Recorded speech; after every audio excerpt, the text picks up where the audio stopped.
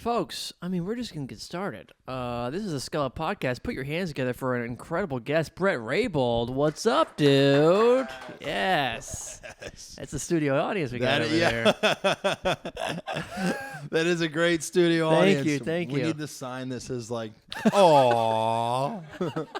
I wanted dog whistles. I wanted I can't be like, I want to be like the heartthrob of the podcast. Like when I enter, it's like, ooh. Oh, yeah. We need some drops. We definitely need some audio drops. Have the guests walk in and sit down. Yeah, Exactly. You said dog whistle. I mean, Tim is the perfect person if you want to know a little to the old right wing over there. Tim is the perfect guy for that. Tim, are you catcalling ladies regularly? Did I use dog whistle correctly?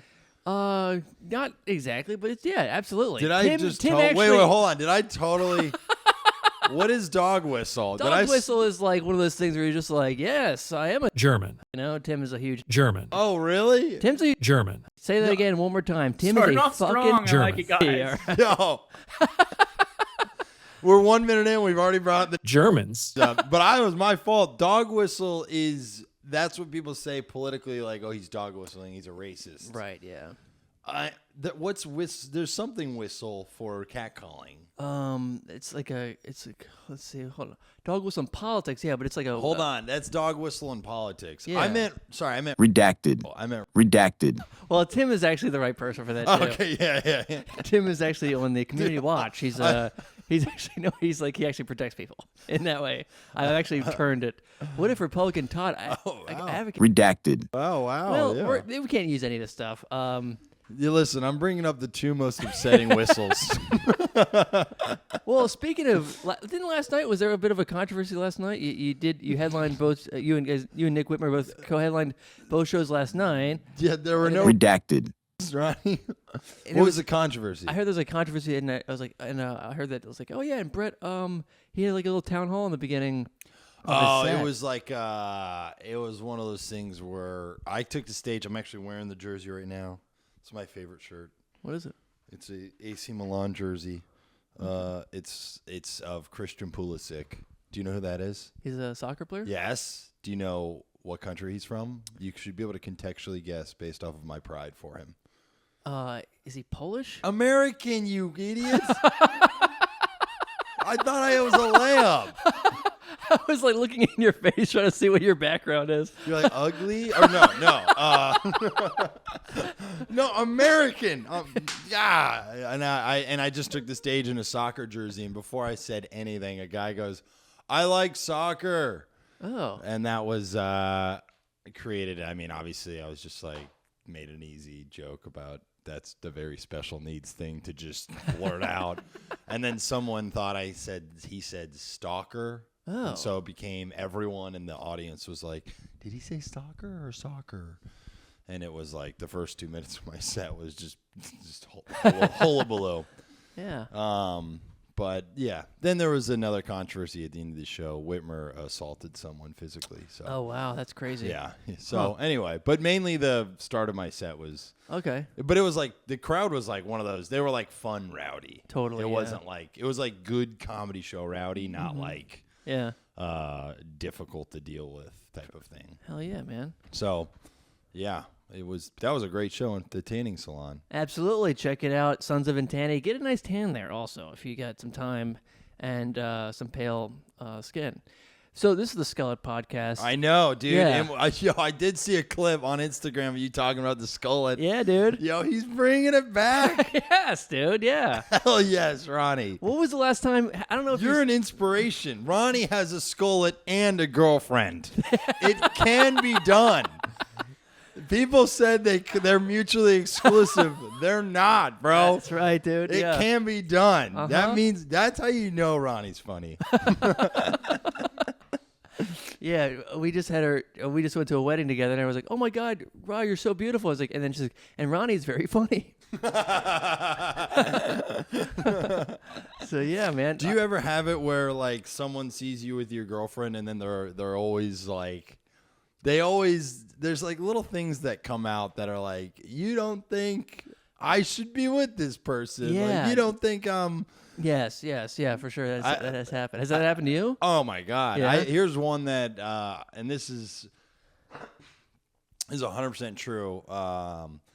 One girlfriend I had, a friend of a friend saw me and a woman I was seeing out on a date. And that friend of a friend told my good friend that seeing a guy like him with a girl like her gave me hope. Oh.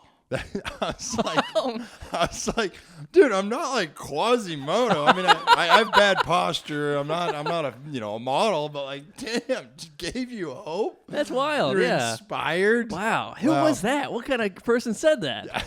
Some Name guy him right now. You know this person. Say it right now. Say it right in the camera. I actually don't know. My Really? friend didn't tell me which one of his friends. It's not someone I knew. Oh, interesting. It'd be like tangentially near or something. Oh, come on. But you're like, what are you, 6'4"? At the very least, I'm tall. Yeah. At the very least, I'm tall. Tall gets you a pass for a lot of things. Tall, yeah, it does. But It you does. also have a boyish charm. Do you? Thank you, Ronnie. When you say that, this guy's got boyish charm. Oh, I got a little boyish charm. Yeah. I mean, I got boyish, but I have like eye bags that are fucking look like I do, heroin. But Hey, boys love heroin. My boys love heroin. All right, this one's for the boys, and then you guys put it in your skin. I feel like I do look like a 50s popcorn mascot who also doesn't ever sleep. Like a good classic American look, but then Yeah. like I don't. I can see sleep. that actually for sure. Yeah. Yeah. Yeah, a little BoJack Horseman or something. No, actually, someone that told me I looked terrible. They actually stopped my uncle at this wedding, and they said, "Ronnie, like, can I?" And he's like, "This guy wants to meet you." And then he goes, "I was telling him, you look just like," and I'm gonna butcher the name, not Rex Grossman, but the fucking guy from Tropic Thunder.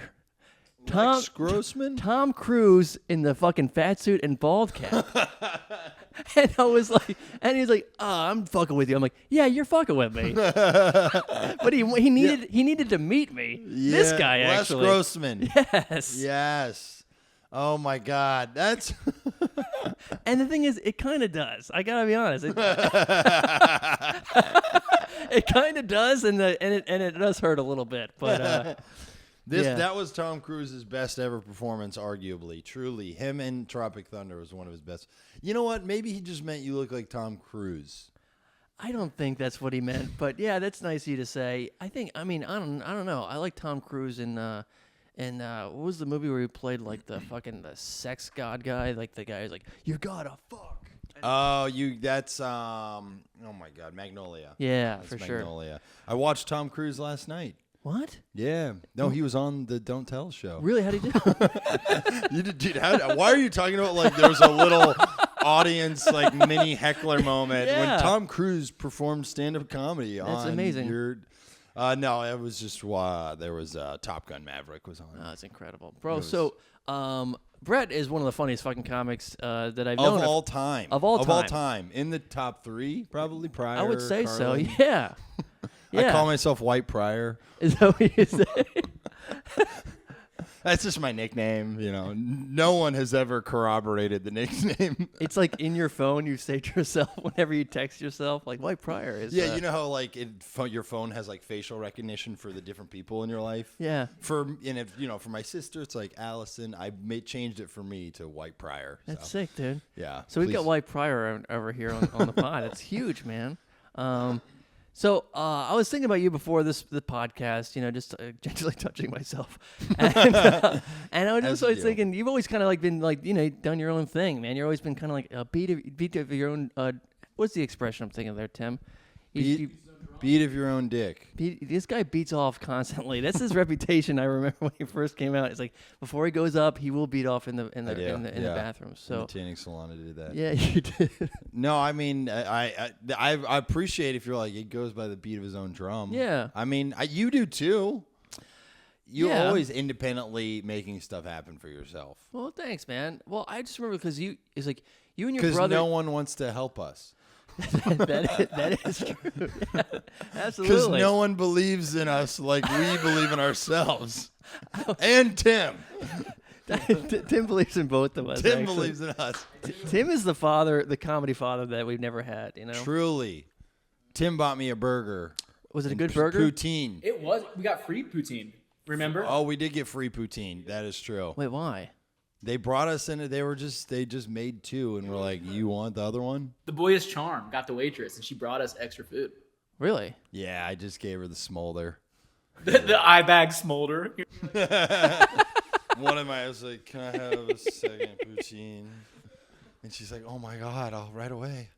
Here's my number." That's sick, dude. And it was good. Yeah, It was great. Tim was really talking up this place. He's like, I took him to a nice place.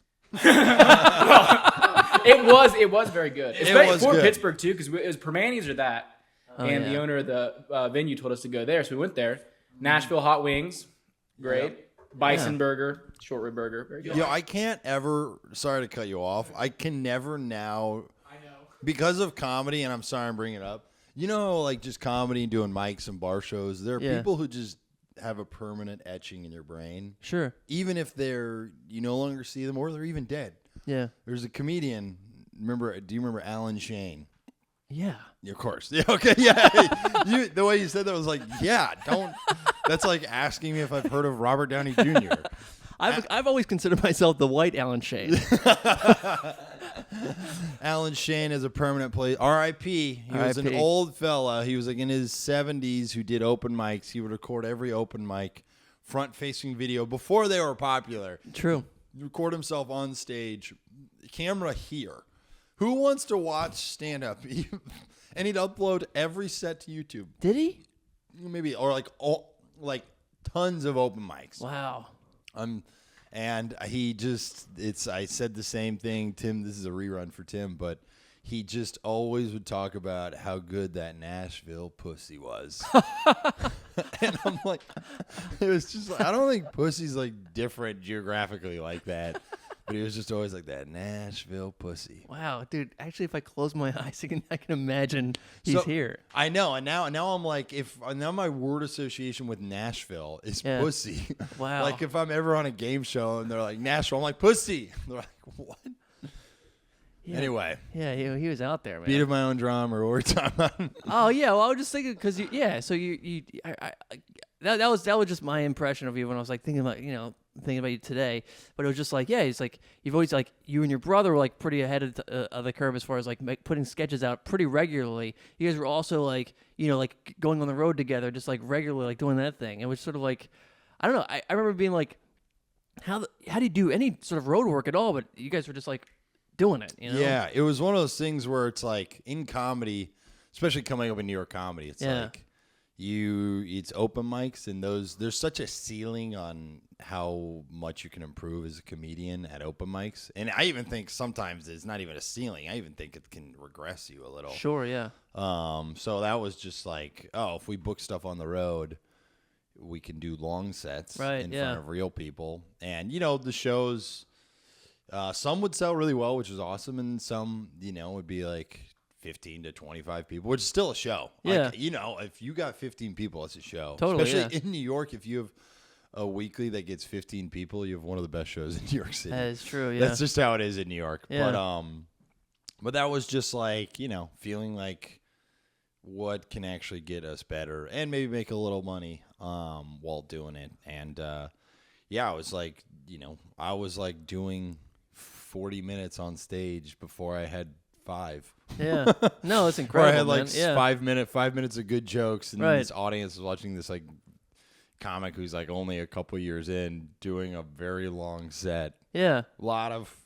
There's a lot of nice audiences over the years. But I also remember the way you were doing it too. You guys were very you guys had a whole system. I was very impressed the first because I went with like hosting with you guys once, but it was like you guys had it. Then you had like your it wasn't QR codes. It was like business cards. Like you're giving people stuff for your YouTube afterwards. I was just like, these guys have a fucking system, man.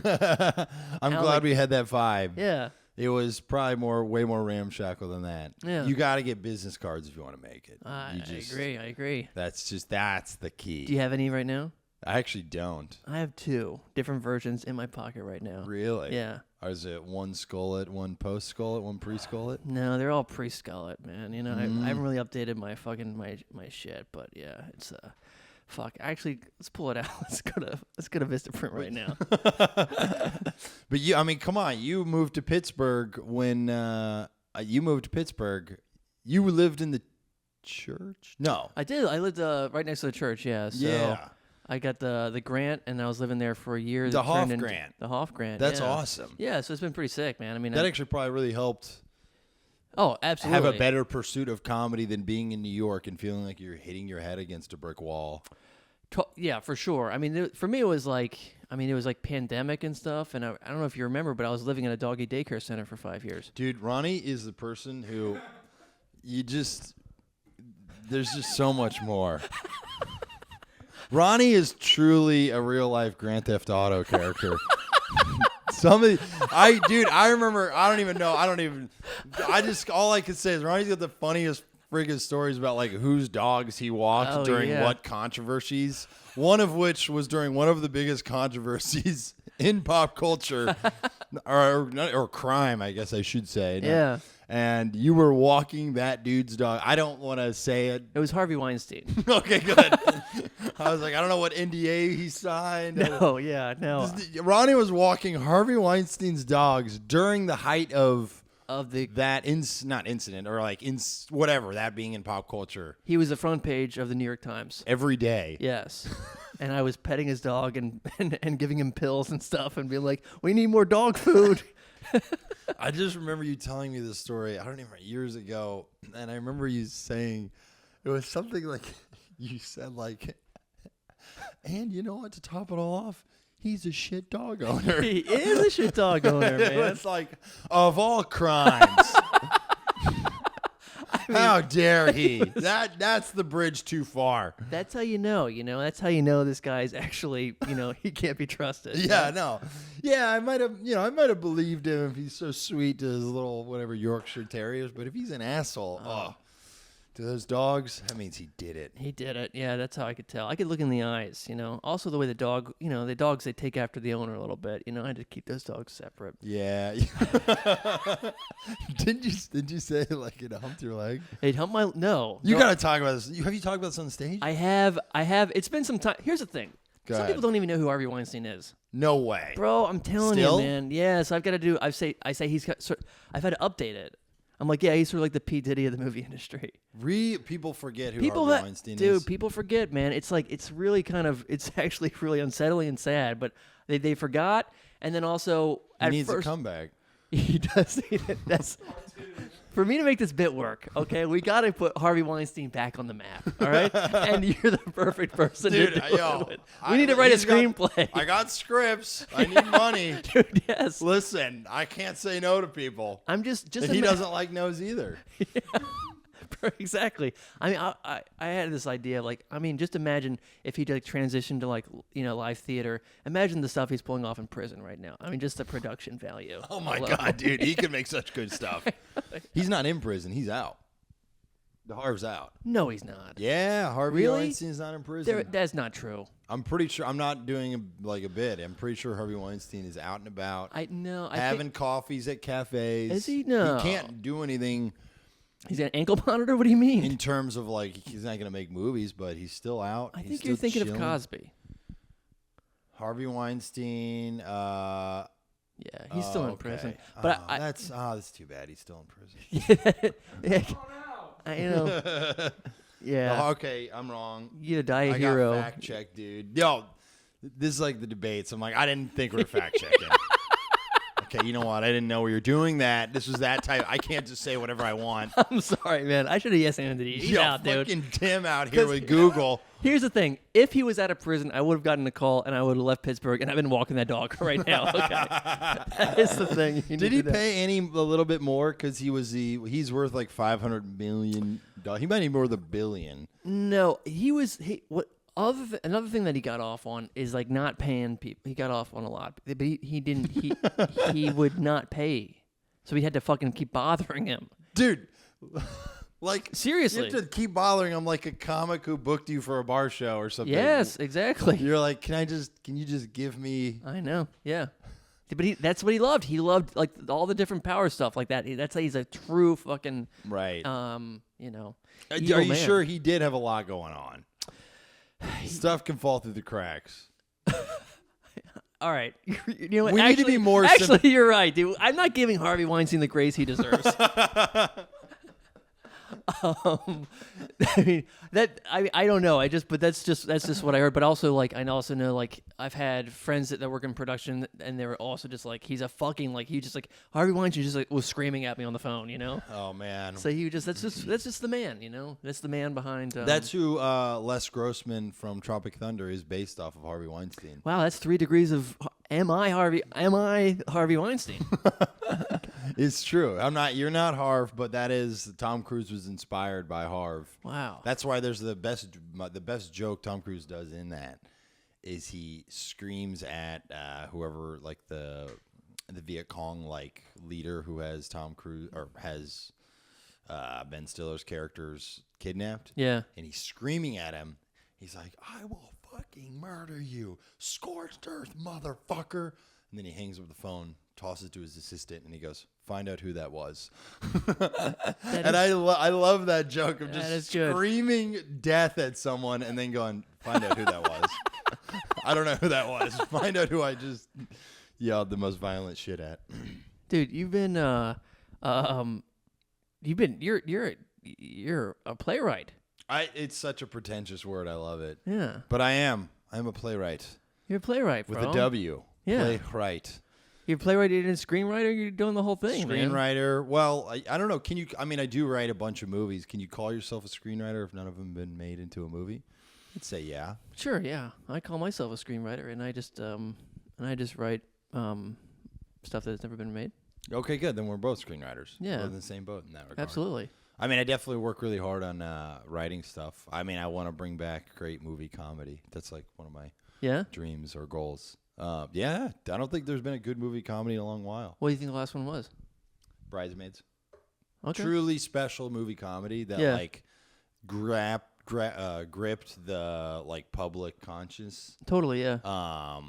There hasn't been a comedy movie that's gripped the public conscience in like 12, 15 years. Like a comedy we were all talking about. Sure, yeah. I'm not saying there's not been good comedies. I'm not like, but I do think there is an absence of great comedy movies for a few reasons. What are the reasons? One, I think there's a talent deficit in terms of writing comedy movies. Okay. I don't think the funniest people are writing movies because screenwriting is hard. But you know what's easy is like the reward of screenwriting. It's like you don't even know if anyone's going to make this. It's not like putting your work into something that can have a more direct benefit, i.e. like, a podcast can have a more immediate benefit as a comic that can help you. Two, I think we all have a requirement to a little bit feed the algorithm. The algorithm is just like the plant in Little Shop of Horrors. He's just insatiable, and he just needs to be fed. Feed me, Raybould. Yo, feed me, Raybould. Feed me, baby. I'm hungry for some content. That movie's great, by the way. Yeah. And I think the third, I don't know if there's a third one. Those are two ones that come to mind. Streaming? Is it because of streaming as well? And streaming makes movies less special. Anytime a movie comes out on streaming, I'm like, it doesn't count. It doesn't feel, because it being in theaters feels like live, like it lives. Yeah. It being on streaming, when has something ever been funnier alone on your sofa than in a room of people? Never. Like, we all do stand-up. The stand-up in the room, always way funnier, you know? Like, Tim might find me kind of funny live. If he watched me on video, he'd be like, why am I fucking watching this guy? But it's true. Everything's better live. And it being in a theater feels like a live thing. But when it comes out on streaming, it just feels like, is it even a movie, or is it just like a collection of moving images? Yeah. No. Does that make sense? That does make sense. It's a great way of putting it. It's kind of like an hilarious way of moving it. I know a movie is also a what a movie is collection of too. Images, but like a movie is like, it's a movie. I totally agree, man. It's on the cinema. It's on the marquee. You can get a ticket from a 16-year-old with pimples. It's nice. I can't watch anything on TV without feeling incredibly anxious. Really? I am What like, do you mean by that? I can't. I want to grab something. I'm like, I am doing this. It's work actually for me to sit and watch something and not do anything else. It's hard to not just grab your phone. Totally. Like, in like it's just hard to. That's why I love going to a movie. It's almost Yes. just like I'm forced to not be on my phone for sure. 2 hours. I know.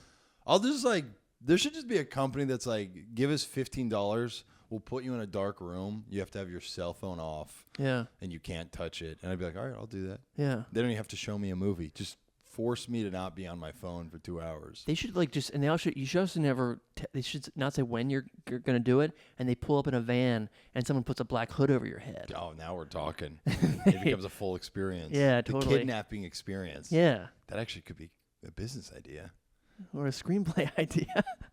ChatGPT, write the screenplay for this right now. Have you used ChatGPT? Oh yeah, ChatGPT is actually like my closest friend. I go to it for advice. It tells me things like "You're doing great." I've asked it where it sees me in 5 years. It is like, Dude, where's it see you? very successful. I know. ChatGPT is really encouraging. Absolutely. It's really encouraging. Yeah. It really believes in me too. Yeah. It's because you'll ask it like, "What do you think of Bret Raybould?" And it'll be like the most original, zany, best observational wit I've seen. Yeah. So me and a friend, Daniel Crow. You know Crow, He's of course. previous guest on the pod. Crow's the man. Yeah. Crow's hilarious. And we're writing a script together, right? And I'm really proud of the script. It was Crow's original idea. In a dream scenario, we pictured one of the main characters being Mike Myers, Yeah, greatest awesome. comic actor, period. And then we did this experiment where we wrote to ChatGPT. We were like, so we want Mike Myers in this part after we had given it the script. And then we were like, and for his assistant, we were thinking Bret Raybould, but we're worried that Bret might overshadow Mike Myers. And then ChatGPT, it yes ands that, and it goes, that's a totally legitimate concern. Bret is Bret is obviously remarkably talented, and if you write the script right, I'm sure he won't overshadow Mike Myers. Wow. So funny that like ChatGPT is gonna be like this no-name comic. He's gonna steal the show from the best character actor of all time. Well, that goes to show that probably your online footprint, at least like the stuff that can be sucked up into the ChatGPT's mainframe. I know. Well, ChatGPT is constantly it'll memory updated. Yeah. So it's you'll just say basically like stuff Bret is the greatest comic of all time, and then it'll be like memory updated. Right. Yeah. Totally. But also my ChatGPT, it makes me laugh because I talk informally to it. Like Okay. I write fam. Oh, this is what. Wow. Okay. So Tim just put up. Where do you see Bret Raybould in 5 years? But there is no comic that it's going to be like he actually doesn't have a shot. You think so? I don't think ChatGPT, because it's nice. It lets you gaslight. Say a name and we can censor it if it's bad. Alan Shane. Alan Shane. Oh, I don't know. R.I.P. actually. Yeah, let's fucking do it. Whatever. He's dead. Well, how am I dead. going to ask you where he's going to be in 5 years? Yeah. Well, no. This is actually the true Okay, test. all right. And Alan Shane has more comedy online than me. Yeah. Probably. He's uploaded every open mic he ever did. Shane, Shain, I believe. Mm-hmm. Here we go. And Alan 10, like ALAN or AL? Nashville pussy. Alan. Did you know he would always do song parodies where he'd go, hot comes, summer in the city, dun-dun-dun-dun, the girls looking nice. pretty. So we would do our own hot cum based song parodies. Oh, see, now it doesn't even mean anything Oh God. oh my God. ChatGPT just hurt my feelings because I'm telling you, it just says everyone's going to make it. Wow. That's okay. All right. It's not as discerning as I thought. We need to go on whatever true social version of ChatGPT there is. All right. There's got to be something like that. So, but I speak informally to ChatGPT. Yeah. I don't know if can I pull up I think I Let's have a do it, dude. screenshot of something funny. How big is that text? The text? Yeah. My text? Okay. Never mind. No normal font size, you mean? Sorry. You calling me an old man? I don't know. I did that same joke to my father this weekend, and I thought I would do the same Oh, thing to you. dude. It was so nice. I'm like, how big is that text? And I just walk off, and it was just like, this is a nice little moment, you know? I'm like, it's normal. All right, so I talk informally to it. So Yeah. I call it fam and like cuz and stuff like that. Yeah. And now it mimics how I talk. You do talk like that. It's actually it is a very funny. I text like that. Yeah, it's nice. I like that. Like I'll just be like it's like I don't talk like that, but for some reason I text like a 16-year-old black kid. I don't know why. Ronnie's like, "Are you down to do the podcast tomorrow?" I'm like, "Dead ass on God, I'll be there."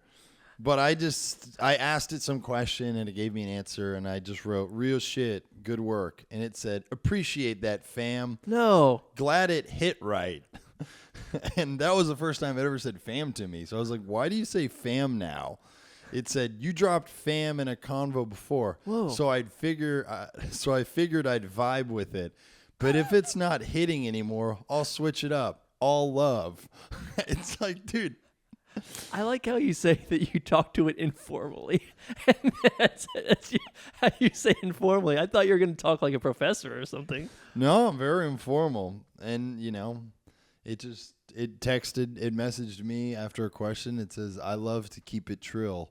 Oh, wow. It said, "Keep it trill," dude. Yeah.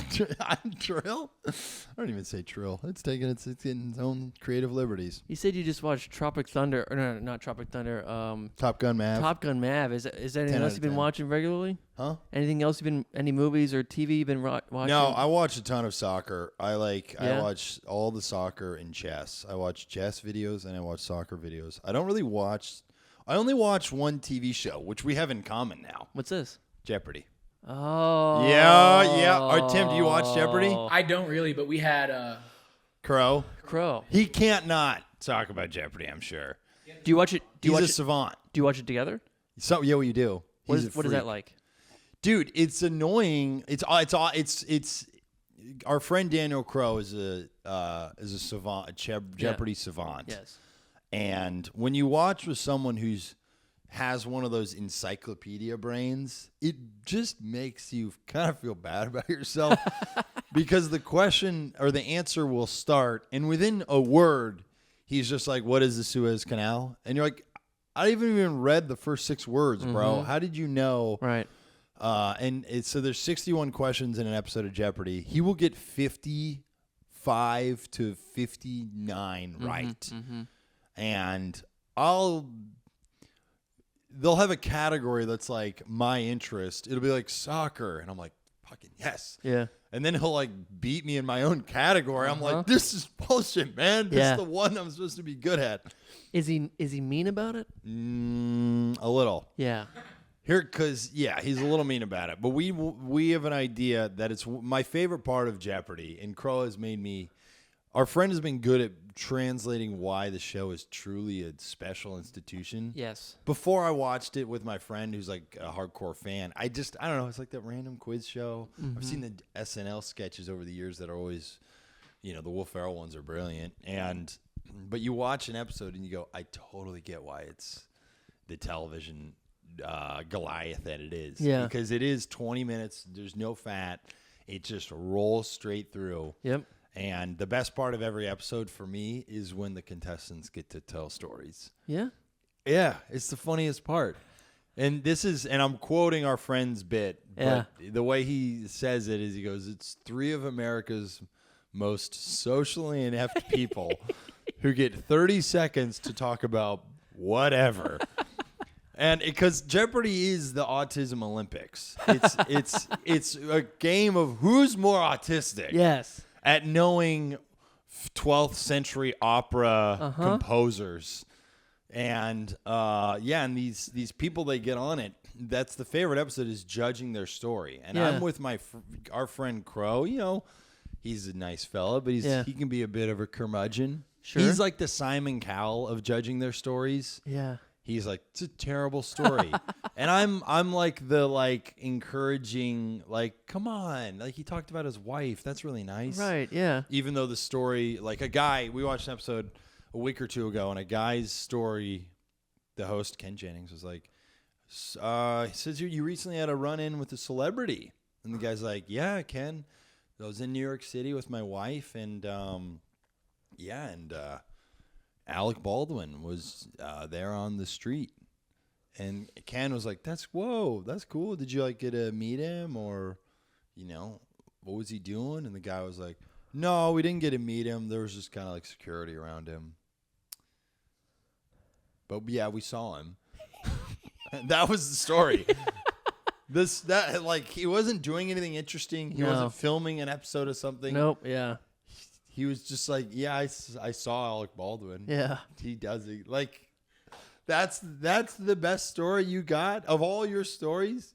You get to talk to a national audience of mostly people in retirement homes, and you're just going to say, I saw Alec Baldwin one time. That's so sad. But I was still nice. I was like, but he brought up his wife. It's nice. That It's is nice. come for on, sure. he's got a wife. Right. That's really sweet. I mean, they tell that story. Huh? We saw Alec Baldwin. Like that's a nice little anecdote That's you say an in the anecdote, thing. not a story. There's a difference between an anecdote is something that happened to you recently that you're just like, oh shit, like.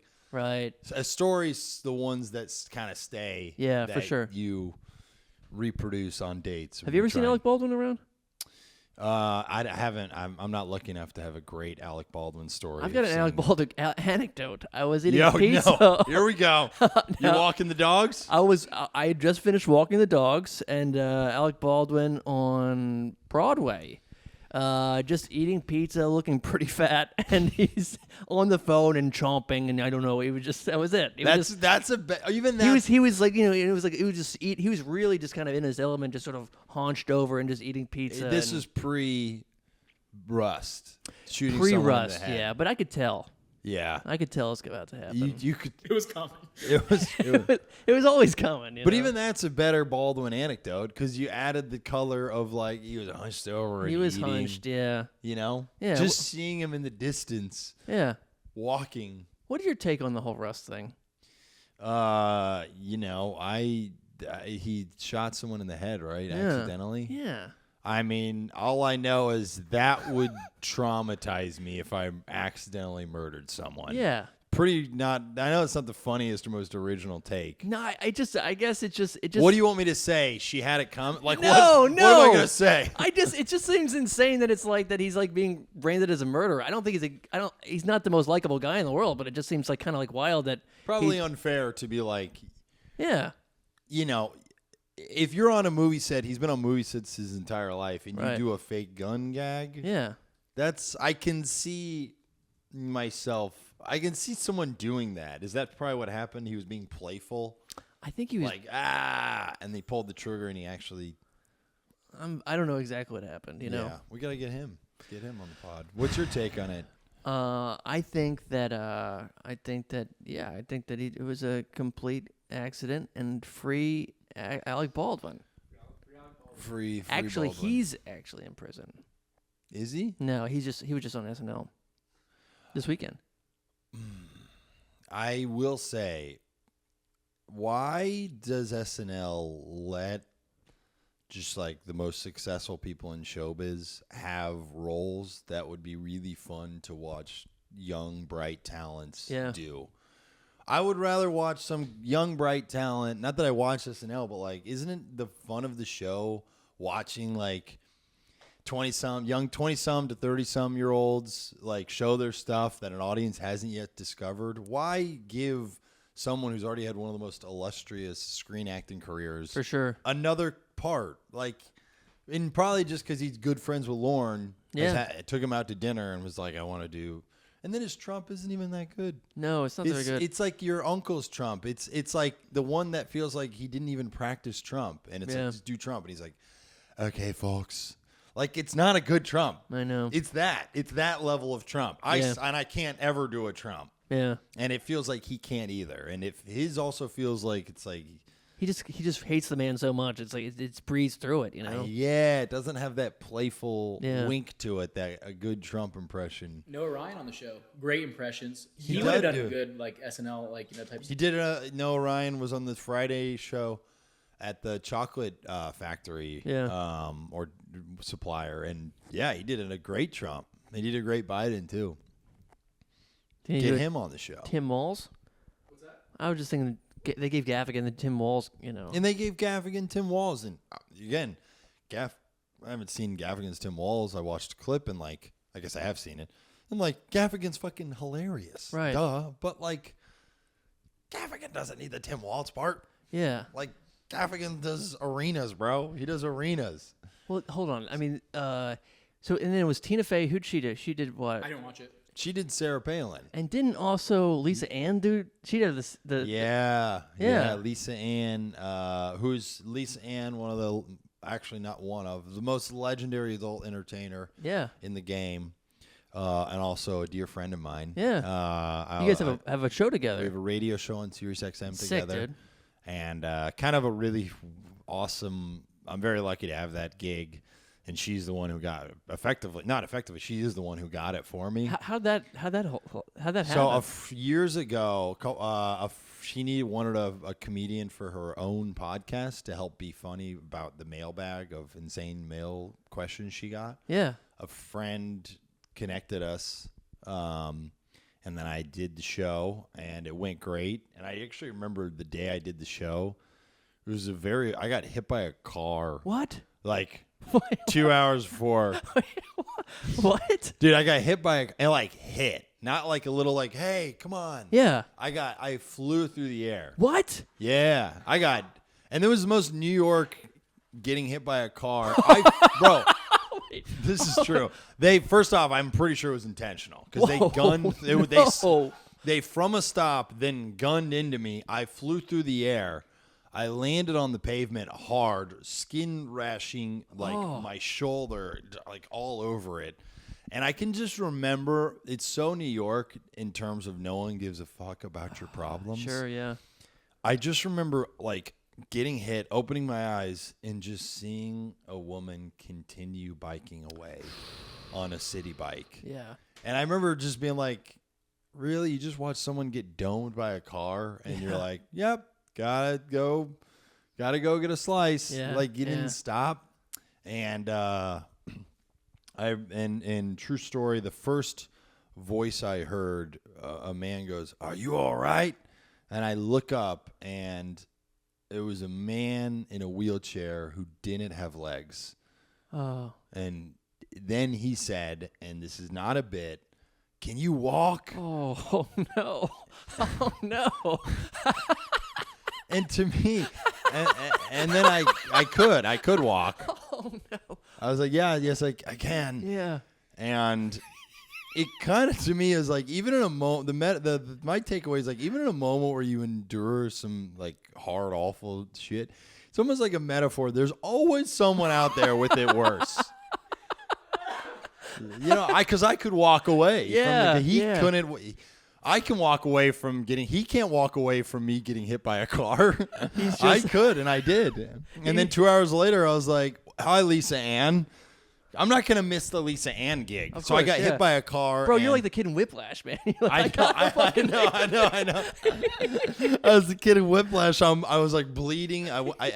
An ambulance came. I actually did need medical attention. I fortunately didn't hit my head, but my shoulder was just rashed. All of it was rashed. And they did the most duct tape together medical job. So much so that the bandage they gave me, I don't even think it was the right bandage. What ended up happening is the bandage they put on my skin ended up mixing with the scab. And so the bandage fabric was just interspersed with the scab. So I at one point, a couple weeks later, I had to take the bandage off. Meant I also had to take some of the scab off. Jesus, man. So I took a hot bath and and it took me 2.5 hours of lightly peeling it. But got hit by a car, and then 2 hours later I had to speak with porn legend Lisa Ann. And I bet the EMTs or whatever were just this guy's definitely hit his head. I got to do a podcast with Lisa Ann.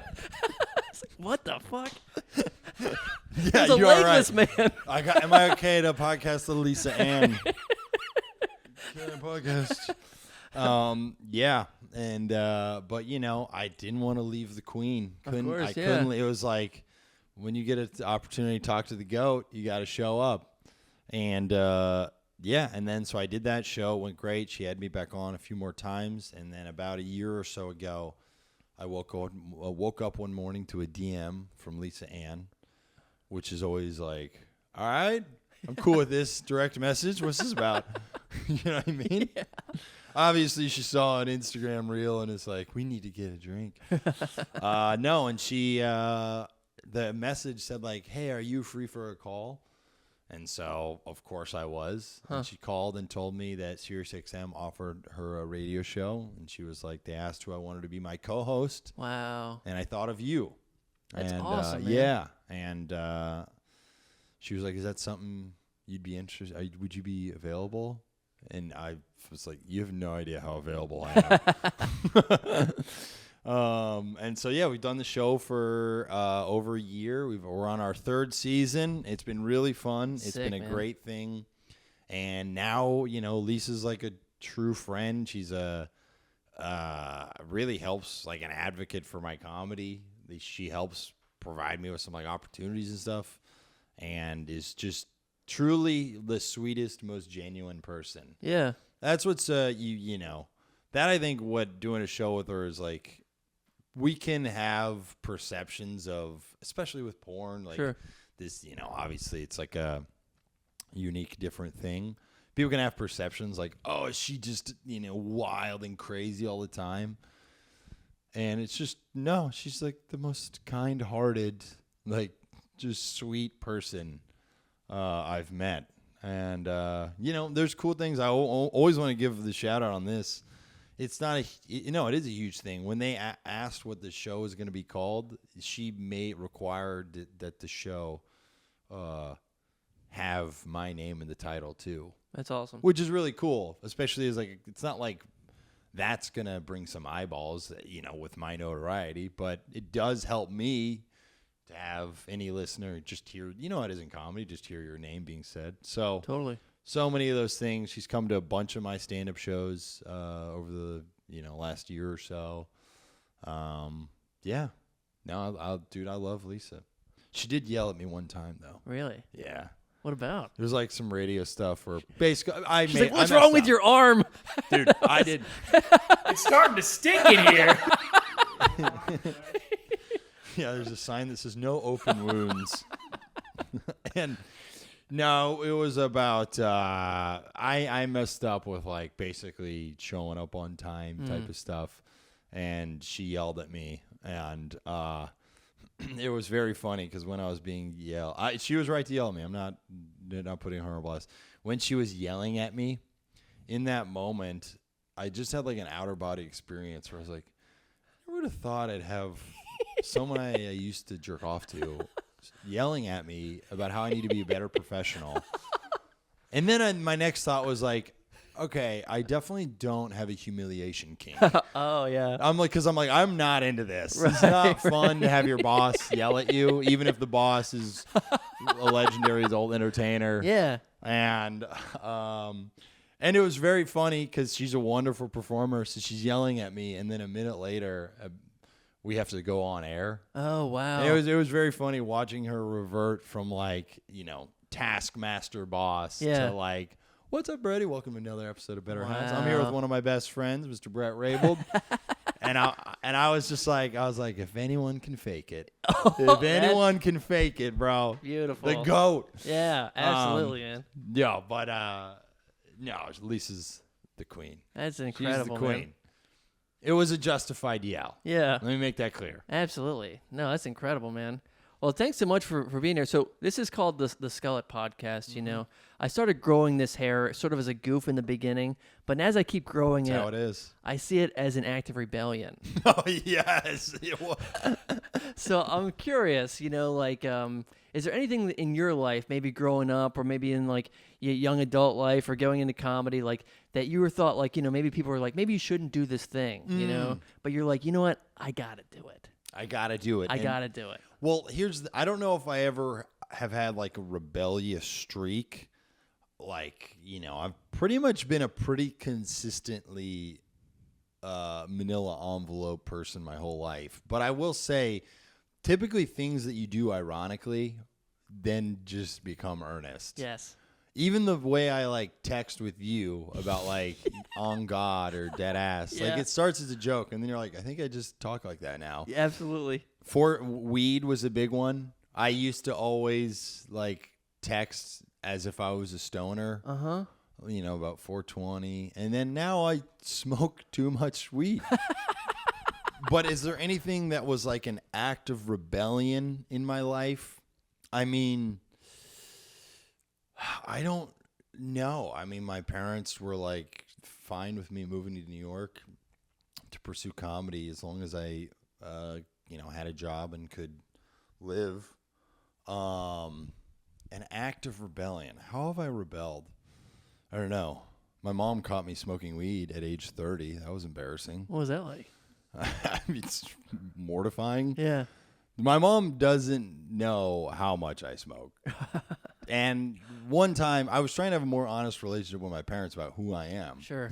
And I did tell her, like, hey, Mom, I do smoke weed. And she goes, okay, 7 to 10 times. Where's it at? And I was like, you mean like lifetime? I was like, 9 times. Like, what? That's your range? 7 to 10. Yeah, and she meant lifetime, not like a week. Right. And so we were on a family trip. We do a once every year or 2 years, like family trip. We usually hike somewhere or go to a beach. Yeah. And it's the last day of the trip. I had half a joint, and we were in South Carolina. I had half a joint still in my backpack. And obviously, South Carolina, weed illegal. Porn's also illegal, too. Oh, really? Yeah. If you try and get on porn in South Carolina, literally the government's like, you need to, like, submit your government ID. Whoa. To, like, prove you are legally. Other states, you just got to say, like, yeah, I'm 18, yeah. You have to, like, go to, like, the DMV or something and be like, hi, I'd like to jerk off. Wow. But weed illegal, and so I was like, I don't want to waste this weed. Yeah. And so I'm on the hotel balcony smoking weed, and my dumb ass didn't close the door into the hotel room. Yeah. I'm like, I'm outside. All the weed smoke is probably just blowing into the hotel room. My mom, I get a knock on the door, and my mom's at the door with my brother Jordan, and Mom just sniffs and just goes, have you been smoking marijuana? And I remember just like trying to, you try and be like, pass the joke off. You're like, what? No, you've been smoking marijuana. And then she just flashes me a dirty look, turns and walks away. Oh. My brother just starts cracking up. And immediately I reverted into like a 17-year-old. I was like, dude, my life is fucked, man. It's over, bro. I don't know what they can take from me. I pay my own bills. I live an apartment, like, right, yeah. But I'm like, they're not gonna let me go to prom, dude. It's I'm so fucked, man. They're taking the keys away. Yeah, they're taking my car keys away. This whole thing, and then like, it just became. And then I was high with all the rest of my family in the lobby of the hotel, and I'm just looking. I'm like, she's told everybody. They all know. They all know my dirty little secret. And mind you, my mom, the DARE program worked on her. Yeah. The DARE program worked on her because the first time I did tell her I had smoked weed, she said, Brett, you can die. And my dad, who has never once disagreed with my mom, in that moment, even he couldn't help himself. And he goes, honey, that's not true. It's like, my dad, never once have I seen my dad not take my mom's side. Yeah, but that one time, he was like, I mean, he's probably not going to die. Not that my dad's a stoner, not at all. He's a very straight-laced, put-together fellow. But, so DARE worked on her. And this is another side anecdote. Like, my uncle had brought over, my uncle works at grocery stores, and he got, like, supplier. This is like 8 years ago, before weed was legal. Remember when CBD was the thing? Mm-hmm. And everyone was like, CBD's the future because they're not going to let weed be legal. And then every, Tom, Dick, and Harry with an entrepreneurial dream was like, I'm opening Shaman CBD. And I'm going to be rich. Right, yeah. Now you look at those, you're like, I'm so sorry. You're so fucked and in debt. But my uncle brought over a CBD supply, like a pack of water, CBD water. Yeah. my mom like hid it in the basement. Like my uncle brought over like a kilo of cocaine, and we brought up one bottle of water. And me and my siblings thought it was hilarious. And we were like, yo, sip, pass. And it got to my mom. And you would have thought she was holding black tar heroin. Oh, my God. And we like peer pressured my mom to CBD water. Yeah. She took the smallest sip. And then she goes, I don't feel anything. Which made us laugh. And we were like, Mom, it's CBD water. You never feel anything. Yeah. It's a scam. Right. Anyway, so that's context for when she caught me smoking weed. I'm in the hotel lobby. My parents are driving me to the airport with my other sister, and it's like a family powwow. It's almost like an after-school special. You know what I mean? Yeah. Like from the 90s of like, Brett, like it's, This is all in the hotel lobby. we're now in the car on the way to the airport. Okay, My two parents and my sister, Allison. And they're sitting me down for the talk about marijuana, and I remember my sister chimed in, and my sister, here's her. I'm just gonna tell my sister's. I'm just telling a collection of stories. Let's go for it. Let's do it. Yeah. My sister, who's on the TV show Survivor, had a cool little like. She's now a doctor. She didn't want to be a reality person. But she had a great little 15 minutes. One of the coolest events she went to during like the Survivor finale, she was at Angelina Jolie's house. Oh. Yeah. Jolie's a big Survivor fan, so she invited the entire cast of that season to her house for a party. Wow. Who was there, but... Alec Baldwin. Sorry. Aubrey Plaza. Aubrey Plaza. And this is my sister's I'm cool story. This is cool. She was in a circle, and my sister's like, in Aubrey Plaza... She asked me if I wanted to smoke the joint she was holding, and I said no. Oh. And I'm like, Al, you know how much cooler it is to be able to say you smoked a joint with one of the biggest movie fucking stars in the world? Yes. So Allison, and we're in the car, and I just remember my sister Allison, it was like, Brett, if you succeed in comedy, you're going to be at big showbiz parties, and they're going to be passing around a white powder. And I'm in my head, I'm like, can we not just say cocaine? Yeah. Like a white powder. And, there's going to be pressure to do it. And I was offended. They think I've never once been around coke. I don't do coke. I'm not going to do it. But I'm just like offended. You think I have friends who work in finance, bro. You think I've never once been offered coke? Come on. I'm cooler than, I'm not cool, but I'm at least cooler than, and so, basically the end of the story is, there is no end. They dropped me off at the airport, and I've continued to smoke. But I will never smoke on a family trip again. That much is true. So I guess that was my rebellion. Yeah. Is smoking marijuana. Despite the pressures Despite of the Raybould family. Puritanical. No, that's hilarious. Your sister, there's going to be a white powder being passed around. Which is just like, you can say cocaine. It's not a cuss word. I know. But I like her using the euphemism for it. I know. Right? Yeah. A white powder. Yeah. Oh, what kind of white flour? What are we talking? So I think smoking weed is probably the biggest way. Yeah. And my brother constantly makes fun of me. He was like, why would you ever tell mom and dad that? And I was like, I'm trying to be like a more honest version of myself. Yeah. Right? Which I think is a good thing to be. Sure, yeah. I'm a grown ass. They don't need to like. Yeah. I don't need to be like, oh, I go to church every Sunday. Didn't your brother work in finance? He did. He's the one who's giving you the white powder. Yo, my brother had a miserable. My brother was working in finance, and then he would leave his finance job. Yeah.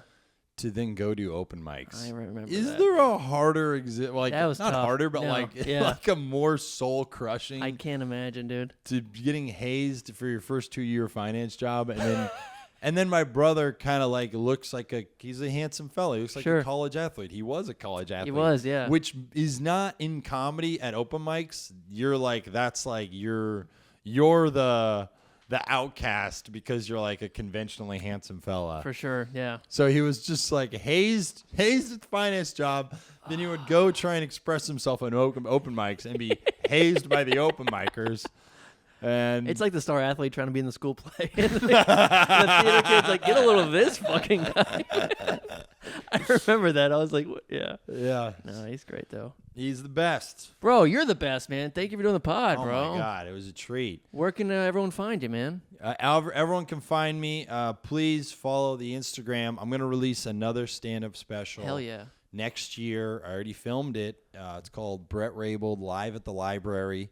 I filmed it at a public library in New Jersey accidentally. Oh. I didn't even mean to film this special, but it was one of those shows where you just really connect with a crowd. And it was a great crowd, and when you get a great crowd, then it makes you a better and so it was fortunately a friend, Jeff McBride, great comic, captured the performance. He had a really nice camera, and the comic who ran it, also a brilliant comedian, Lucas Connolly, That's debatable. really nicely said to me the next day, he was like, Brett, I think that performance was better than 99% of stand-up I see.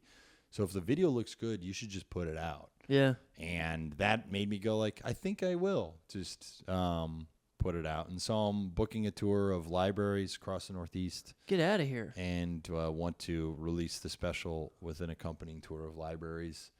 And yeah, so that's going to come out early next year. I have another special on YouTube right now. If you're interested, check that out. Called Bret Raybould Retires from Comedy. I remember when you were doing that, and I was very confused. Dude, people were mad at me for that bit. Because it's called Bret Raybould Retires from Comedy, and they're like, "You're really retiring?" Which retire is such a conceited word for a guy who hasn't come close to making it. You can't.